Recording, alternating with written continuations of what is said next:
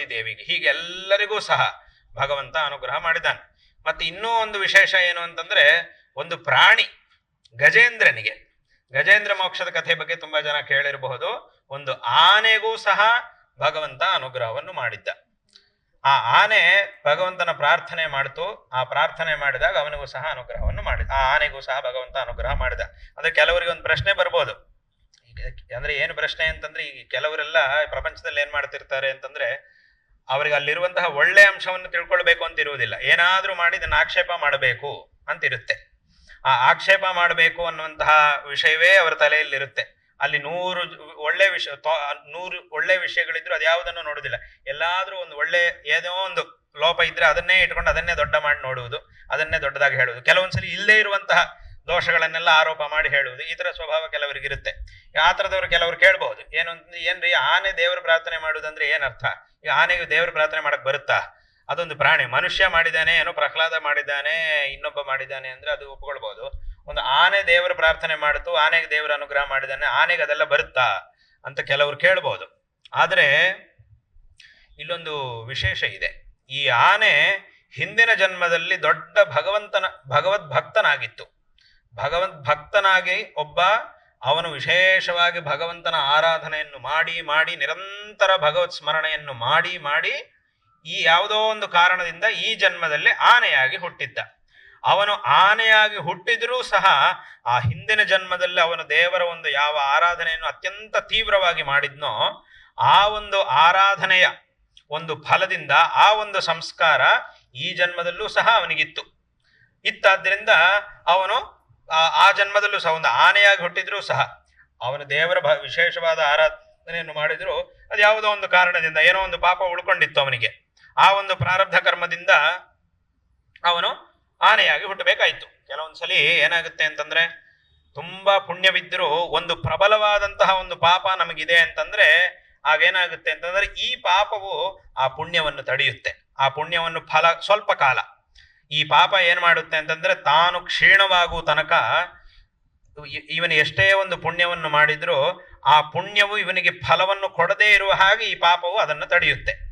ಆವಾಗ ಏನಾಗುತ್ತೆ ಅಂತಂದ್ರೆ, ಇವನು ಎಷ್ಟೇ ಪುಣ್ಯವನ್ನು ಮಾಡಿದ್ರು ಆ ಫಲ ಸಿಗುವುದರಲ್ಲಿ ಸ್ವಲ್ಪ ತಡ ಆಗುತ್ತೆ. ಇವನಿಗೆ ಫಲ ಸಿಗುವುದಿಲ್ಲ. ಆಗ ಇವನಿಗೆ ಅನಿಸುತ್ತೆ, ಅಯ್ಯೋ ನಾನು ತುಂಬಾ ಪುಣ್ಯ ಮಾಡ್ತಾ ಇದ್ದೀನಿ, ಆದ್ರೆ ನನಗೆ ಫಲ ಸಿಗ್ತಾ ಇಲ್ಲಲ್ವಾ ಅಂತ ಇವನಿಗೆ ಅನಿಸುತ್ತೆ.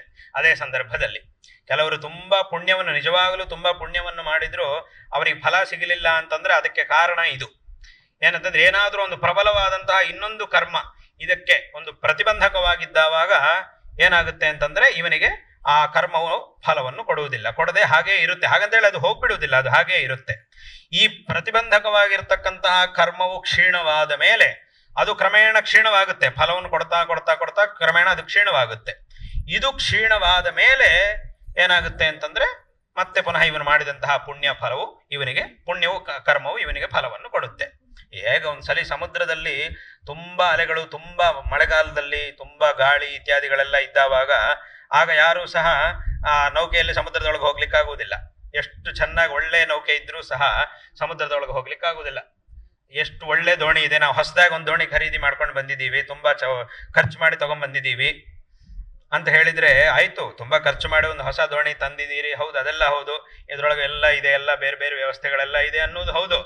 ಆದ್ರೆ ಸಮುದ್ರದ ಒಂದು ವೇಗ ಎಷ್ಟಿದೆಯೋ ಅದರ ಮುಂದೆ ನಿಲ್ಲುವಂತಹ ಒಂದು ಶಕ್ತಿ ಕೆಲವೊಂದ್ಸಲಿ ನೀನು ಎಷ್ಟು ಖರ್ಚು ಮಾಡಿ ದೋಣಿ ತಂದ್ರೂ ಅದಕ್ಕೆ ಇರುವುದಿಲ್ಲ.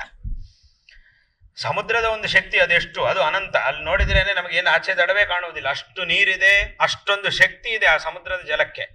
ನೀನು ಹೊಸದಾಗಿ ದೋಣಿ ತಗೊಂಡಿರ್ಬೋದು, ತುಂಬಾ ಖರ್ಚು ಮಾಡಿ ತುಂಬಾ ಕಷ್ಟಪಟ್ಟು ಸಂಪಾದನೆ ಮಾಡಿ ಹೊಸ ದೋಣಿ ತಗೊಂಡಿರಬಹುದು, ಆದ್ರೆ ಅದರ ಎದುರಿಗೆ ನಿಂತುಕೊಳ್ಳುವಂತಹ ಒಂದು ಸಾಮರ್ಥ್ಯ ಇದಕ್ಕಿರುವುದಿಲ್ಲ ಕೆಲವೊಂದ್ಸಲ. ಆವಾಗ ಏನಾಗುತ್ತೆ ಅಂತಂದ್ರೆ, ಆ ಸಮುದ್ರದ ವೇಗವು ಆ ಅಬ್ಬರ ಕ್ಷೀಣ ಆಗುವ ತನಕ ನಾವು ಕಾಯ್ಬೇಕು, ಸ್ವಲ್ಪ ಕಾಯ್ಬೇಕು. ಆ ಮಳೆಗಾಲ ಅದೆಲ್ಲ ಕಡಿಮೆ, ಆ ಗಾಳಿ ಅದೆಲ್ಲ ಕಡಿಮೆ ಆಗುವ ತನಕ ನಾವು ಕಾಯ್ಬೇಕು. ಕಾದು ಆಮೇಲೆ ನಮ್ಮ ದೋಣಿ, ಯಾವ ದೋಣಿ ಹೊಸದಾಗಿ ನಾವು ತಗೊಂಡಿದ್ದೇವೆ ಅದರಲ್ಲಿ ಬೇಕಾದಷ್ಟು ದೂರ ಹೋಗ್ಬೋದು, ಎಲ್ಲಿ ಬೇಕಾದ್ರೂ ಹೋಗಿ ಬರ್ಬೋದು. ಅದಕ್ಕೆ ಎಷ್ಟು ದೂರ ಬೇಕಾದ್ರೂ ಹೋಗಿ ಬರ್ಬೋದು, ಯಾರು ನಿಮ್ಮನ್ನು ತಡೆಯುವುದಿಲ್ಲ ಆವಾಗ. ಆದ್ರೆ ಆ ವೇಗ ಇದ್ದಾವಾಗ ಮಾತ್ರ ನಾವೆಲ್ಲೂ ಹೋಗ್ಲಿಕ್ಕಾಗುವುದಿಲ್ಲ. ನಮ್ಮ ಹತ್ರ ಎಷ್ಟೇ ಒಳ್ಳೆ ದೋಣಿ ಇದ್ರು ಏನೇ ಇದ್ರೂ ಸಹ ನಾವು ಹೋಗ್ಲಿಕ್ಕಾಗುವುದಿಲ್ಲ. ಅದನ್ನ ನಾವು ಹಾಗೆ ಇಟ್ಟುಕೊಂಡಿರ್ಬೇಕು. ಹಾಗಂತೇಳಿ ಈ ದೋಣಿ ಪ್ರಯೋಜನವೇ ಇಲ್ಲ ಅಂತಲೂ ಹೇಳಕ್ಕಾಗುವುದಿಲ್ಲ, ಅದರಿಂದಲೇ ಮುಂದೆ ನಾವು ಹೋಗ್ಬೇಕು. ಆದ್ರಿಂದ ಏನ್ ಮಾಡ್ಬೇಕು ಆ ಸಮಯದಲ್ಲಿ, ಅದು ಆ ವೇಗವು ಕ್ಷೀಣ ಆಗುವ ತನಕ, ಆ ಪ್ರಾಬಲ್ಯ ಕ್ಷೀಣ ಆಗುವ ತನಕ ನಾವು ಕಾಯಬೇಕು. ಈ ದೋಣಿಯನ್ನು ನಮ್ಮ ಜೊತೆಯಲ್ಲೇ ಇಟ್ಟುಕೊಂಡು ಅದನ್ನು ಚೆನ್ನಾಗಿ ನೋಡ್ಕೊಳ್ತಾ, ಅದಕ್ಕೆ ಅದೇನು ಹಾಳಾಗದೇ ಇರುವ ಹಾಗೆ ನೋಡ್ಕೊಳ್ತಾ ಕಾಯಬೇಕು. ಆಮೇಲೆ ಆ ವೇಗವು ಕ್ಷೀಣವಾಯಿತು, ಮತ್ತೆ ಅದನ್ನು ಹಾಕೊಂಡು ಹೋಗ್ಬೋದು, ನಮ್ಗೆ ಬೇಕಾದ ಕೆಲಸಗಳನ್ನೆಲ್ಲ ಮಾಡ್ಕೊಂಡು ಬರ್ಬೋದು. ಇಲ್ಲೂ ಹಾಗೆ ಆ ಪುಣ್ಯಗಳು ಪಾಪಗಳು ಹೀಗೆಲ್ಲ ಮನುಷ್ಯನಿಗಿರುತ್ತೆ. ಆ ಪುಣ್ಯ ಪಾಪಗಳೆಲ್ಲ ಇದ್ದಾವಾಗ ಒಂದು ಪ್ರಬಲವಾದಂಥ, ಕೆಲವೊಂದ್ಸಲ ಪುಣ್ಯವು ಪ್ರಬಲವಾಗಿರುತ್ತೆ, ಕೆಲವೊಂದ್ಸಲ ಪಾಪವು ಪ್ರಬಲವಾಗಿರುತ್ತೆ. ಪುಣ್ಯವು ಪ್ರಬಲವಾಗಿದ್ದಾಗ ಪಾಪವನ್ನು ಮಾಡಿದ್ರೂ ಆ ಪಾಪದ ಫಲ ತಕ್ಷಣ ಇವನಿಗೆ ಸಿಗುವುದಿಲ್ಲ. ಒಂದು ವೇಳೆ ಪುಣ್ಯ ತುಂಬಾ ಪ್ರಬಲವಾಗಿದೆ, ಇವನಿಗೆ ಹಿಂದೆ ಮಾಡಿದಂತಹ ಪುಣ್ಯ, ಆದ್ರೆ ಇವತ್ತಿನ ದಿವಸ ಪಾಪ ತುಂಬಾ ಮಾಡ್ತಾ ಇದ್ದಾನೆ. ಆ ಪಾಪ ಮಾಡಿದ್ರು ಅವನು ಚೆನ್ನಾಗೇ ಇದ್ದಾನೆ, ಅವನಿಗೆ ಇನ್ನೂ ತೊಂದರೆ ಆಗಲಿಲ್ಲ ಆ ಪಾಪದಿಂದ. ಯಾಕೆ ಅಂತಂದ್ರೆ ಆ ಹಿಂದೆ ಮಾಡಿದಂತಹ ಪ್ರಬಲವಾದ ಪುಣ್ಯ ಅದನ್ನು ತಡೀತಾ ಇದೆ. ಏನೋ ಒಂದು ಪುಣ್ಯ ಮಾಡಿದ್ದಾನೆ, ಆ ಪುಣ್ಯದ ಫಲವನ್ನು ತಡೀತಾ ಇದೆ. ಯಾವಾಗ ಅದು ಕ್ಷೀಣ ಆಗುತ್ತೋ ಆಗ ಪಾಪದ ಫಲ ತಕ್ಷಣ ಅವನಿಗೆ ಸಿಗುತ್ತೆ. ಅದೇ ರೀತಿಯಾಗಿ ಪುಣ್ಯದ ಫಲವೂ ಹಾಗೇನೆ. ಒಂದು ಪುಣ್ಯವು ತುಂಬಾ ಮಾಡ್ತಾ ಇದ್ದಾನೆ, ಆದ್ರೆ ಪಾಪದ ಫಲ, ಒಂದು ಪಾಪಕರ್ಮ ಒಂದು ಪ್ರಬಲವಾದದ್ದಿದೆ, ಅದಿರುವ ತನಕ ಇವನು ಮುಂದೆ ಹೋಗ್ಲಿಕ್ಕೆ ಆಗುವುದಿಲ್ಲ. ಈ ಪುಣ್ಯದ ಫಲ ಇವನಿಗೆ ಸಿಗ್ತಾ ಇಲ್ಲ. ಯಾವಾಗ ಅದಷ್ಟು ಕ್ಷೀಣವಾಗುತ್ತೋ ಆಗ ಪುನಃ ಅವನು ಮಾಡಿದಂತಹ ಪುಣ್ಯದ ಫಲ ಇವನಿಗೆ ಸಿಗುತ್ತೆ. ಹಾಗಾಗಿ ಆ ಕರ್ಮಗಳ ಒಂದು ವಿಚಾರ, ಕರ್ಮ ಅಂದ್ರೆ ಏನು, ಅದು ಯಾವ ರೀತಿಯಾಗಿ ಫಲ ಕೊಡುತ್ತೆ ಇತ್ಯಾದಿಗಳೆಲ್ಲ, ಅದನ್ನೆಲ್ಲ ತಿಳ್ಕೊಳ್ಳೋದು ತುಂಬಾ ಗಂಭೀರವಾದಂತಹ ಒಂದು ವಿಷಯ, ತುಂಬಾ ದೀರ್ಘವಾದಂತಹ ಒಂದು ವಿಚಾರ ಅದು. ಹೀಗೆ ಇನ್ನು ಈ ರೀತಿಯಾಗಿ ಉದಾಹರಣೆಗಳು ಬೇಕಾದಷ್ಟಿವೆ. ಹಾಗಾಗಿ ಆ ಕರ್ಮದ ಒಂದು ವಿಚಾರ, ಒಂದಾದ ಮೇಲೊಂದು ಒಂದಾದ ಮೇಲೊಂದು ಒಂದಾದ ಮೇಲೊಂದು ಆ ಕರ್ಮದ ಫಲವು ನಮಗೆ ಸಿಗ್ತಾ ಇರುತ್ತೆ. ಆದ್ದರಿಂದ ನಾವು ಆ ಕರ್ಮಗಳನ್ನು, ಶಾಸ್ತ್ರಗಳಲ್ಲಿ ಹೇಳಿದಂತೆ ನಾವು ಆಯಾ ಕರ್ಮಗಳನ್ನು ಮಾಡಿ ಆ ಭಗವಂತನ ಅನುಗ್ರಹಕ್ಕೆ ಪಾತ್ರರಾಗಬೇಕು. ಭಗವಂತ ಏನ್ ಮಾಡ್ತಾನೆ ಅಂತಂದ್ರೆ, ಶಾಸ್ತ್ರದಲ್ಲಿ ಭಗವಂತನ ಬಗ್ಗೆ ಹೇಳುವಾಗ ಒಂದು ಮಾತನ್ನು, ಒಂದು ಉದಾಹರಣೆಯನ್ನು ಕೊಟ್ಟಿದ್ದಾರೆ ಶಂಕರಾಚಾರ್ಯರು ತಮ್ಮ ಭಾಷ್ಯದಲ್ಲಿ. ಈಶ್ವರಸ್ತು ಪರ್ಜನ್ಯವತ್ ದ್ರಷ್ಟವ್ಯ ಅಂತ ಒಂದು ಮಾತನ್ನು ಹೇಳಿದ್ದಾರೆ. ಪರ್ಜನ್ಯವತ್ ಈಶ್ವರ ದ್ರಷ್ಟವ್ಯ ಅಂತ ಅವರ ಮಾತು. ಏನು ಇದರ ಅರ್ಥ ಅಂತಂದ್ರೆ, ಪರ್ಜನ್ಯ ಅಂತಂದ್ರೆ ಮಳೆ ಅಂತ ಅರ್ಥ ಸಂಸ್ಕೃತದಲ್ಲಿ. ಮಳೆ ಅಂದ್ರೆ ಮಳೆಯಿಂದ ಬಂತು ಅಂದ್ರೆ ಆ ಮಳೆಯಿಂದ ನಮಗೆ ನೀರು ಸಿಗುತ್ತೆ. ಆ ನೀರಿನಿಂದ ಏನಾಗುತ್ತೆ ಅಂತಂದ್ರೆ, ನಮಗೆ ಯಾವ ಫಲವು ಬೇಕು ಅನ್ನೋದಕ್ಕೋಸ್ಕರ ನಾವು ಯಾವ ಬೀಜವನ್ನು ಹಾಕಿದೀವೋ ಆ ಒಂದು ಬೀಜದಿಂದ ಅಂಕುರ ಹುಟ್ಟಿ ಅದು ದೊಡ್ಡ ಮರವಾಗಿ ಬೆಳೆದು ನಮಗೆ ಫಲವು ಸಿಗುತ್ತೆ. ನನಗೆ ಮಾವಿನ ಹಣ್ಣು ಸಿಗಬೇಕು ಅಂತಂದ್ರೆ ಆ ಮಾವಿನ ಬೀಜವನ್ನು ನಾನು ಹಾಕಬೇಕು. ಆ ಬೀಜವನ್ನು ಹಾಕಿ ಅದಕ್ಕೆ ದಿವಸ ನೀರು ಹಾಕ್ತಾ ಇದ್ರೆ ಮಳೆ ಚೆನ್ನಾಗಿ ಮಳೆಯಾಗಿ ಆ ಮಳೆಯಿಂದ ನನಗೆ ಸಿಕ್ಕಿರುವಂತಹ ನೀರನ್ನು ನಾನು ಆ ಬೀಜಕ್ಕೆ ದಿವಸ ಹಾಕಿದ್ರೆ ಆಗ ಅದರಿಂದ ಒಂದು ಅಂಕುರ ಉಂಟಾಗುತ್ತೆ. ಆ ಅಂಕುರಕ್ಕೆ ನಾನು ದಿವಸ ನೀರನ್ನು ಹಾಕ್ತಾ ಇದ್ರೆ ಅದು ಗಿಡವಾಗುತ್ತೆ, ಆಮೇಲೆ ದೊಡ್ಡ ಮರವಾಗಿ ಬೆಳೆಯುತ್ತೆ, ಆಮೇಲೆ ನನಗೆ ಫಲವನ್ನು ಕೊಡುತ್ತೆ. ಅದೇ ನಾನು ಒಂದು ವಿಷವೃಕ್ಷದ ಬೀಜವನ್ನು ತಂದು ಹಾಕಿ ಆ ಬೀಜಕ್ಕೆ ಮತ್ತೆ ಪುನಃ ಇದೇ ಮಳೆಯಿಂದ ನನಗೆ ಸಿಕ್ಕಿರುವಂತಹ ನೀರನ್ನು ನಾನು ಹಾಕಿ ಬೆಳೆಸಿದ್ರೆ ಆಗ ಏನಾಗುತ್ತೆ ಅಂತಂದ್ರೆ ಆ ನೀರು ಅದೇ ವಿಷ ಬೀಜವನ್ನು ಸಹ ಬೆಳೆಸುತ್ತೆ. ವಿಷ ಬೀಜವು ನಿಂದಲೂ ಅಂಕುರ ಬರುತ್ತೆ, ಅಂಕುರದಿಂದ ಮರ ಆಗುತ್ತೆ, ಮರದಿಂದ ಫಲ ಉಂಟಾಗುತ್ತೆ. ಆ ಫಲ ತಿಂದ್ರೆ ನಮಗೆ ತೊಂದರೆ ಆಗುತ್ತೆ. ಅಂದ್ರೆ ಅಲ್ಲಿಗೆ ಏನಾಯ್ತು, ಒಂದು ವಿಷವೃಕ್ಷ ಬೆಳಿಬೇಕು ಅಂತಂದ್ರು, ಒಂದು ಮಾವಿನ ವೃಕ್ಷ ಮರ ಬೆಳಿಬೇಕು ಅಂತಂದ್ರು, ಎರಡಕ್ಕೂ ನೀರೇ ಕಾರಣ. ನೀರಿರ್ಲೇಬೇಕು. ನೀರಿದ್ರೆ ಮಾತ್ರ ಎರಡು ವಿಧ, ಯಾವ ಮರ ಬೇಕಾದ್ರೂ ಆಗಲಿ ಅದು ನೀರಿದ್ರೆ ಮಾತ್ರ ಬೆಳೆಯುತ್ತೆ. ನೀರಿಲ್ಲ ಅಂತಂದ್ರೆ ಯಾವ ಮರ ಬೆಳೆಯುವುದಿಲ್ಲ. ಆದ್ರೆ ನಾವೇನ್ ಮಾಡಬೇಕು ಅಂತಂದ್ರೆ, ನಮಗೆ ಯಾವ ಫಲ ಬೇಕಾಗಿದೆಯೋ ಆ ಬೀಜವನ್ನು ಮಾತ್ರವೇ ನಾವು ಹಾಕಬೇಕು. ನಮಗೆ ಯಾವುದು ಬೇಡವೋ ಆ ಬೀಜವನ್ನು ನಾವು ಹಾಕ್ಲಿಕ್ಕೆ ಹೋಗಬಾರದು.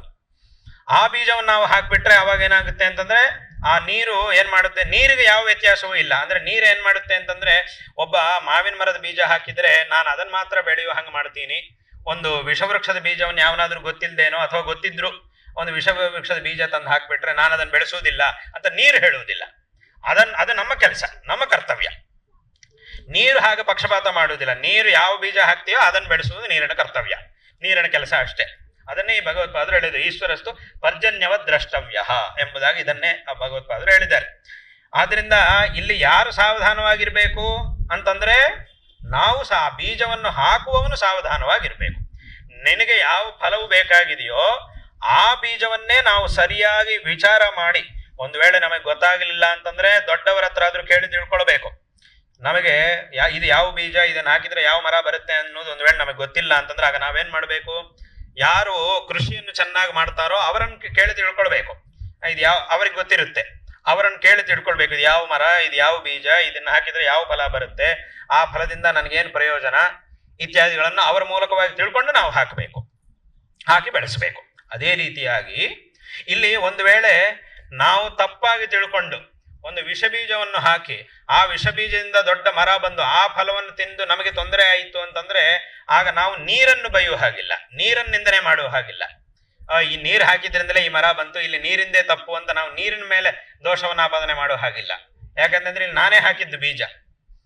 ಆದ್ರಿಂದ ಅದೇ ರೀತಿಯಾಗಿ ಭಗವಂತನು ಸಹ ಏನ್ ಮಾಡ್ತಾನೆ ಅಂತಂದ್ರೆ ಎಲ್ಲವುದು ಕೆಲವರು ದೊಡ್ಡವರ ಮಾತಿನಲ್ಲಿ ನೀವು ಕೇಳಿರ್ಬೋದು, ಎಲ್ಲದಕ್ಕೂ ಈಶ್ವರ ಸಂಕಲ್ಪ ಅನ್ನೋದು ಕಾರಣ, ಈಶ್ವರನ ಸಂಕಲ್ಪದಿಂದಲೇ ಎಲ್ಲ ನಡೀತಾ ಇರುತ್ತೆ ಅಂತ ದೊಡ್ಡವರೆಲ್ಲ ಹೇಳ್ತಾ ಇರ್ತಾರೆ.